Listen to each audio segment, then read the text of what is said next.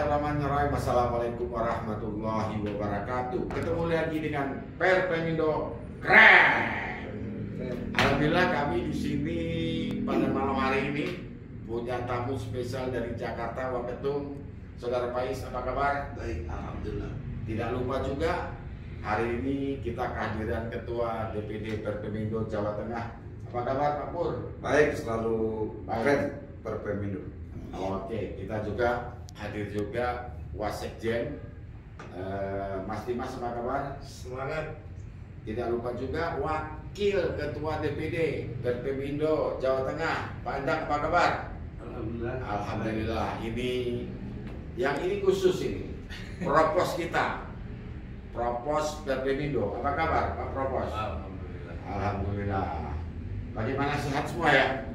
Alhamdulillah. Perpemindo tetap semangat ya? Keren. Ya.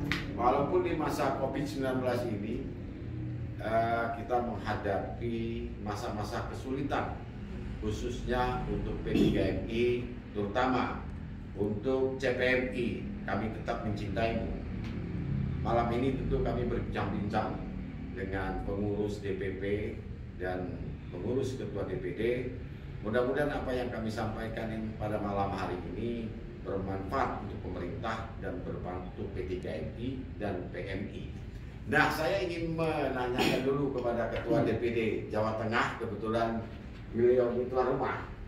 Gimana Pak Pur, selaku Ketua DPD Perpemindo Jawa Tengah, melihat kondisi P3MI di masa COVID ini, apakah masih mempunyai peluang besar ataupun bagaimana masa depan P3MI? Bagaimana pandangan Ketua DPD Jawa Tengah?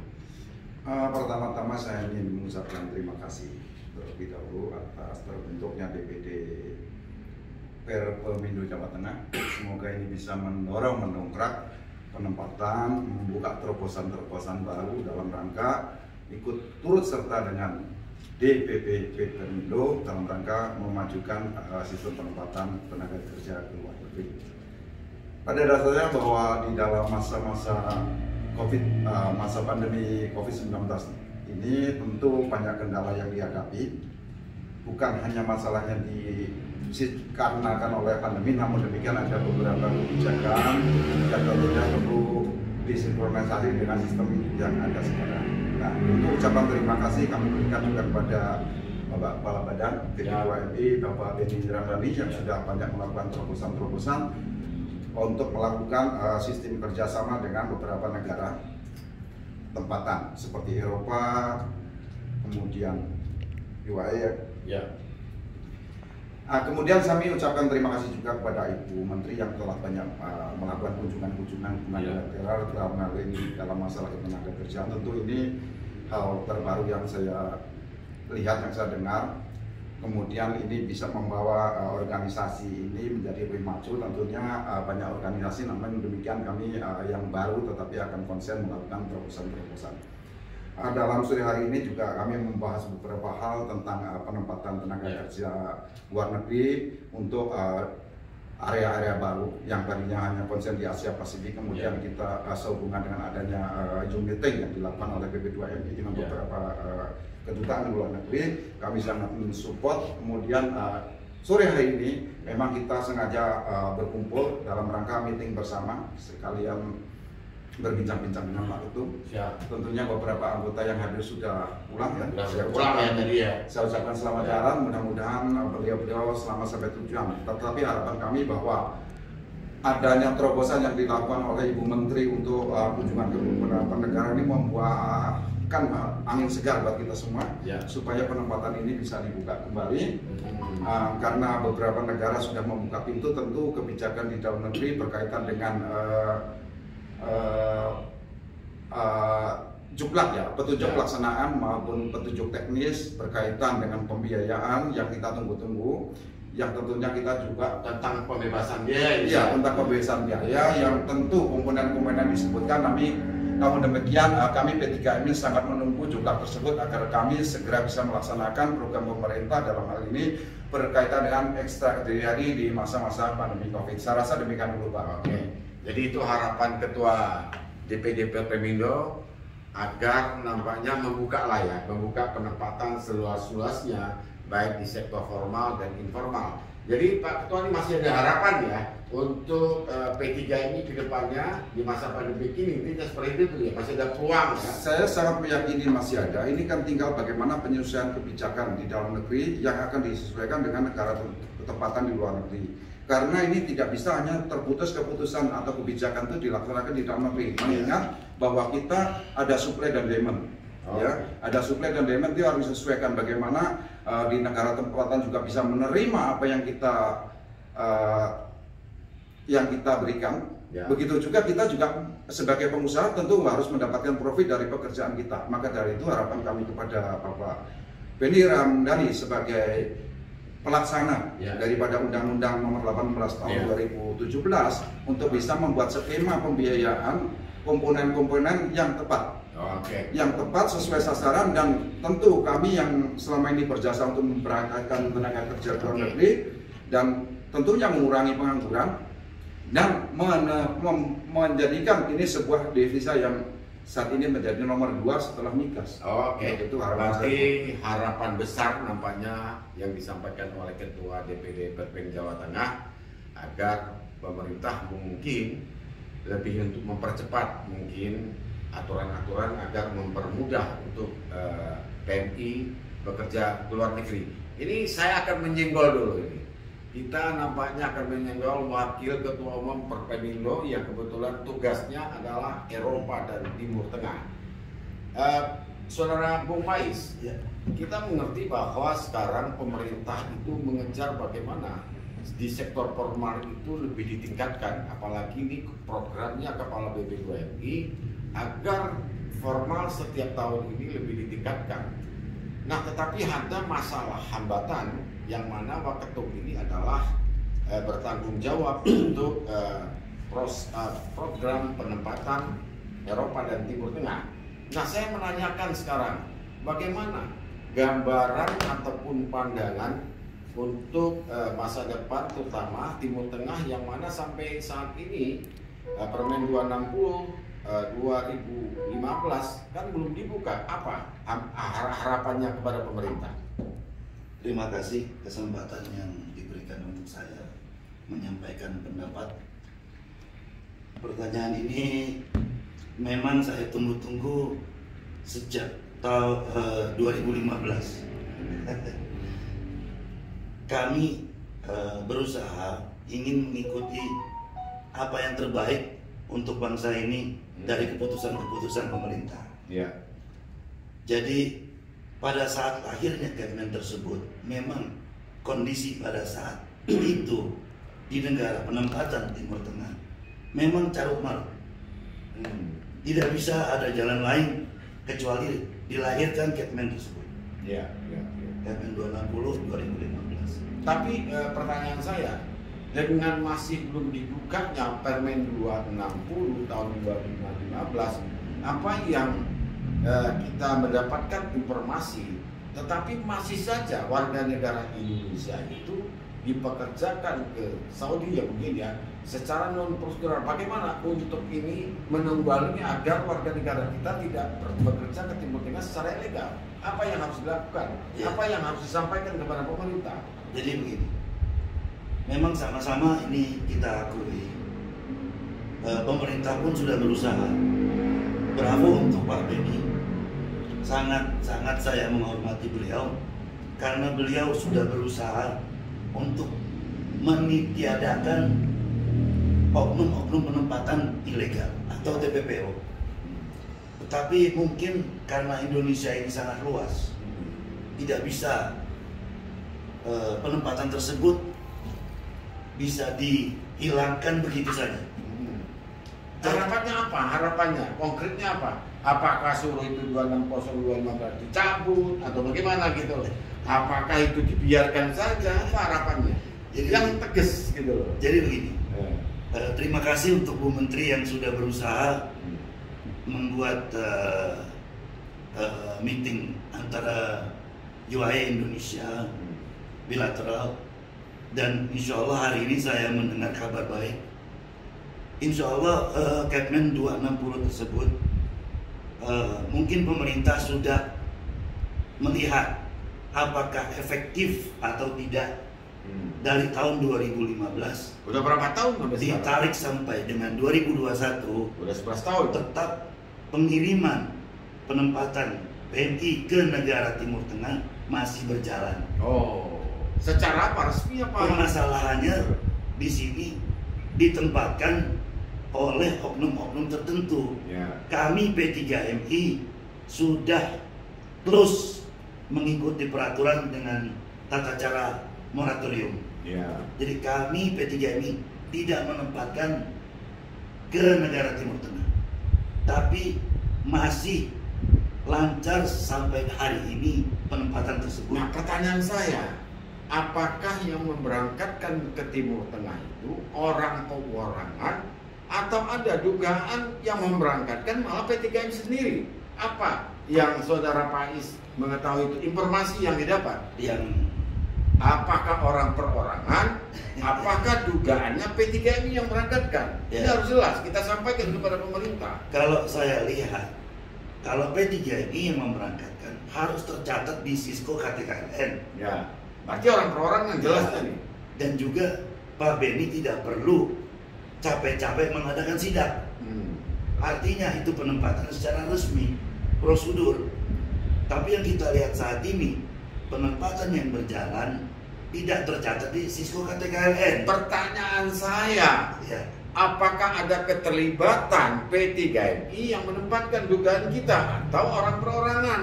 kalau P3MI Menurut Wakil Ketua Umum Eropa Timur Tengah yang tegas kalau saya melihat informasi informasi yang didapat, Ya. dan tidak menuduh siapa-siapa. itu jelas bukan dilakukan oleh P3MI. Oh, bukan. Jadi di sini saya berharap ketegasan dari pemerintah. Apakah bisa menyelesaikan penempatan non prosedural ini atau meninjau kembali? Meninjau lagi Permen 260-2015. Apakah Kepmen tersebut ada kebaikan untuk bangsa ini atau menjadi mudarat untuk bangsa ini? Berani nggak harapannya untuk menyampaikan ke Presiden masalah ini? Apa harapan? Sampaikan aja. Bapak kita ini kan mendengar suara masyarakat. Kita ini kan asosiasi Perpemindo resmi. Ya. Kita akan lakukan langkah-langkah bersosialisasi dengan departemen-departemen lain, wakil rakyat, MPR, DPR, Ya. menyuarakan hal tersebut supaya suara P3MI yang diwakilkan oleh asosiasi bisa tersampaikan ke Presiden Republik Indonesia. Untuk saat ini kan kita tahu nih bahwa dengan masa pandemi yang hampir 2 tahun ini, kita tahu pengangguran ini kan meningkat. Nah, semestinya pemerintah itu membuka peluang kerja seluas-luasnya. Karena pengangguran ini meningkat. Nggak ada pilihan untuk kita saat ini. Makanya kami berharap kepada pemerintah, tolong dipermudah regulasi-regulasi dan jangan memperpanjang proses-proses untuk penempatan pekerja Indonesia ke luar negeri.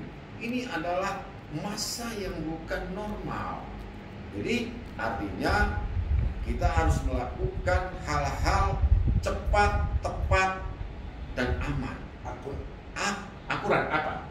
Akurat. Jadi mungkin waketum kita ini agak malu-malu menyampaikan Begini, Pak. ya. Bukan malu-malu. Semestinya kita kan memakai etika adat timur. Oh gitu. Kita selalu bangga dengan negara kita. Bukan gini aja, 7 poin. Apa harapannya sama Bu Menteri? Harapan saya, Jangan. bagaimana Nah, kita bisa menempatkan secara kondusif anak bangsa ini terhindar dari penjualan anak bangsa secara non prosedural atau pengkhianat bangsa yang menjual murah anak bangsa kita untuk bekerja di luar negeri secara non prosedural. maksudnya jangan sampai warga negara itu diperjualbelikan berangkat secara non prosedural. Perdagangan orang, para sindikat mafia itu. Jelas. Nah, jadi harapannya apa? Harapan semoga Ibu Menteri berkoordinasi dengan Kemenlu, dan instansi terkait bisa mengadakan negosiasi ke negara-negara yang sudah pernah kita tempatkan di moratorium bisa dibuka kembali. Amin. Semoga-moga saya doakan suara Bang Pais didengar oleh pemerintah, mungkin dari Bu Menteri ataupun Kemenlu ataupun Kepala BPOD, termasuk Komisi 9 yang mewakili suara rakyat. Nah, di sini saya ingin coba kembali geser ke kanan. Saya ingin menanya, proposnya DPP Perpemindo nih, kebetulan dia jago Malaysia ini. Tadi di waktu bincang-bincang kami ada keluhan, beliau mengatakan untuk saat ini Malaysia itu belum membuka. Mungkin ada hambatan dugaan kita di KBRI Malaysia. Mungkin untuk lebasnya atau lebih lengkapnya saya ingin bertanya kepada Saudara Rizky. Saudara Rizky, Anda kan lebih banyak menempatkan ke negara Malaysia. Apa harapan agar Malaysia ini bisa dibuka lagi? Apa benar informasinya bahwa informasi yang kita dapat KBRI belum membuka untuk penempatan ke Malaysia, baik di sektor formal atau informal? Apa yang Anda tahu? Kalau berita yang saya terima, Informasi memang masih dalam tahap negosiasi. Tahap negosiasi dengan Malaysia. Oke. Peluang di Malaysia saya kira sangat besar. Apalagi kita juga sudah terima info kemungkinan di pertengahan bulan November itu ada permintaan dari Malaysia sebanyak 32.000. Berapa? 32.000. Wah, jadi ini dari Saudara Rizky mengatakan ada informasi pertengahan di bulan November Malaysia itu membuka tenaga kerja formal sebanyak 32.000 di sektor perdagangan, pertanian, dan kelapa sawit, peternakan. Ini sangat luar biasa. Ini ada peluang, silakan. Ya, harapan kita kepada pemerintah, kalau memang menunggu MOU selesai, mohon dipercepat karena peluang ini ada dan terbuka lebar. Pada negara lain apa punya MOU asal seperti Hong Kong, Taiwan.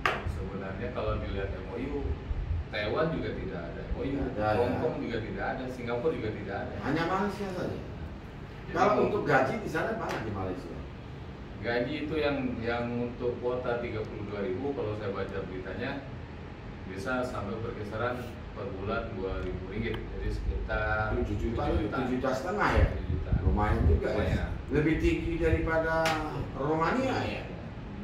Oh, luar biasa. Jadi kepada pemerintah supaya bisa mempercepat negosiasi bilateral agar peluang ini dapat kita ambil, karena P3GMI juga selama ini sudah tidak bisa bergerak sama sekali. Ya. Mumpung peluang masih ada, mari kita garap bersama-sama. Wah, gitu. Itulah peluang dari Saudara Rizky tadi. Mumpung ini bukan mumpung ya, ini ada kesempatan bahwa negara Malaysia ingin membuka, memberi peluang untuk tenaga kerja Indonesia sebanyak 32.000. Harapan Saudara Rizky agar pemerintah segera membuka agar kita bisa menempatkan tenaga kerja ke Malaysia dari sektor formal. Kita sudah tidak ada pilihan karena pengangguran makin tinggi. Tolong regulasi itu dipermudah. Jangan kita harus mengikuti, karena apa? Di luar negeri itu mempunyai aturan sendiri. Semestinya kita harus punya toleransi untuk juga mengikuti aturan yang berlaku di negara penempatan. Kita tidak boleh egois di dalam menentukan, mengambil sikap berkenan tentang aturan. Nah, ini yang paling menarik ini. Ini kita akan berbicara khusus di sektor formal. Beliau adalah Wasekjen Perpemindo, Saudara Dimas. Beliau ini sudah cukup lama, LPK, ada beberapa LPK, dan beliau cukup pengalaman untuk menempatkan tenaga kerja ke formal, baik ke Eropa, baik ke Jepang, baik ke Jerman. Luar biasa. Mungkin kita minta informasi untuk Saudara Dimas, sesuai pengalaman Anda menempatkan warga negara Indonesia di sektor formal, sudah berapa banyak yang ditempatkan di sana? sektor formal sampai hari ini berapa ribu kira-kira? Lebih.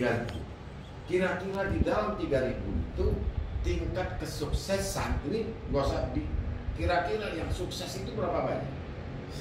99%, luar biasa. Kira-kira ada nggak yang sukses misalnya mereka jadi dosen, jadi pengusaha ataupun jadi ya orang sukses lah membuka usaha yang Anda tahu berapa banyak yang sukses seperti ini? Banyak sekali, sangat banyak. Banyak sekali. Ya, banyak sekali. Bahkan ada satu cerita kandidat yang kita kirim ke Jepang. Mereka dimodalin sama user untuk buka ladang di Indonesia sekitar 3 miliar dan itu diekspor ke. Oh berarti dimodalin buka usaha ya? Oh, luar biasa. Terus sebenarnya peluang kerja formal sendiri sangat tinggi. sangat tinggi. Sangat tinggi. Ya. Nah, kita juga berterima kasih kepada BP2 kementerian yang sudah memberi fasilitas kita untuk mengadakan acara virtual business meeting, perkenalkan KBRI dan user yang ada di sana, agensi, sehingga kita bisa menempatkan yang tadinya banyak sekali. Jadi Indonesia ini bonus demografinya tinggi, sebenarnya menjadi suatu potensi bahwa tenaga kerja Indonesia ini benar-benar nggak ada yang lain.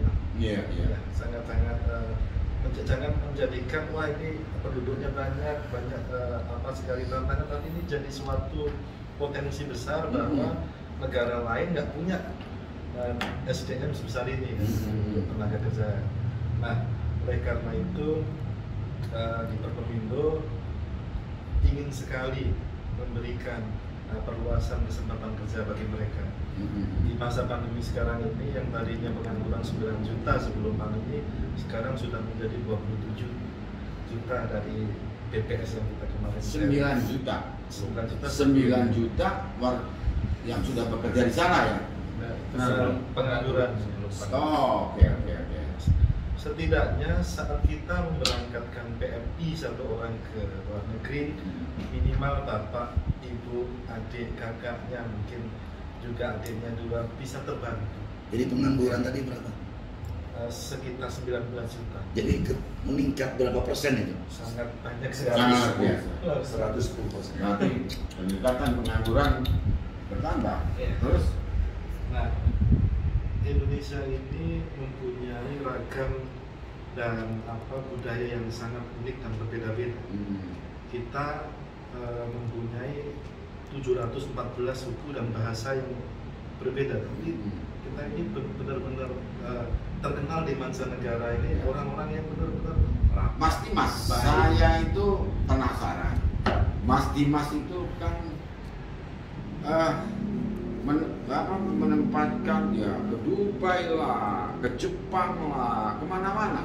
Terutama yang digunakan bahasa Inggris. Selain bahasa Inggris itu Mas Dimas bisa bahasa Jepang nggak kira-kira? bahasa Jepang. Saya ingin dengar bahasa Jepangnya coba dulu.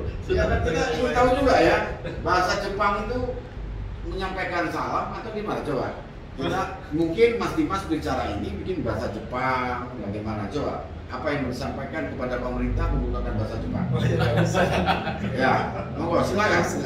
Yang lain aja Pak. Nah, saya ingin tahu aja, ingin bukti bahwa Mas Dimas ini kan banyak juga kan. Selamat malam Ya, atau apa? ya, apa yang bisa untuk komunikasi? Apa ya? Kira-kira. Ya silakan. Oke, konbanwa. Watashi no namae wa Dimas. Mas Dimas bisa lagu Jepang lagi? Bisa, sangat bisa. Nah, coba saya mau dengar dulu sedikit. Suara saya fals. Oh, suaranya fals. Jadi memang Wasekjen Perkomindo ini orangnya sedikit pemalu, tapi malu-maluin. Jadi memang untuk saat ini kita bawa tahu bahwa pemerintah itu kan menggalakkan agar lebih meningkatkan untuk di sektor formal. Nah, tetapi jangan kita lupa bahwa negara Indonesia itu juga banyak yang bekerja secara ilegal. Kalau tidak salah saya, Kepala BP2MI itu mengatakan bahwa ada 4.700.000 warga negara Indonesia yang bekerja secara non prosedural. Jadi saya mengingatkan kepada anggota dan pengurus Perpemindo, jangan sekali-sekali menempatkan warga negara Indonesia melawan hukum karena itu beresiko. Mari kita taat hukum dan mari kita mengikuti peraturan pemerintah agar kita bekerja tenang dan aman. Mungkin itu yang bisa kami sampaikan. Bincang-bincang kami semoga bermanfaat untuk P3MI dan bermanfaat juga untuk pemerintah dan juga PMI. Harapan kami Perpemindo agar bukalah peluang yang seluas-luasnya baik di sektor formal ataupun di sektor informal, karena sudah tidak ada pilihan kita lagi di masa pandemi ini bahwa pengangguran meningkat. Jadi kita tidak ada pilihan, buka peluang pekerja yang seluas-luasnya. Demikian yang bisa kita sampaikan bincang-bincang pada malam hari ini. Semoga apa yang kami sampaikan bermanfaat untuk kita semua. Terima kasih. Wassalamualaikum warahmatullahi wabarakatuh. Perpemindo keren.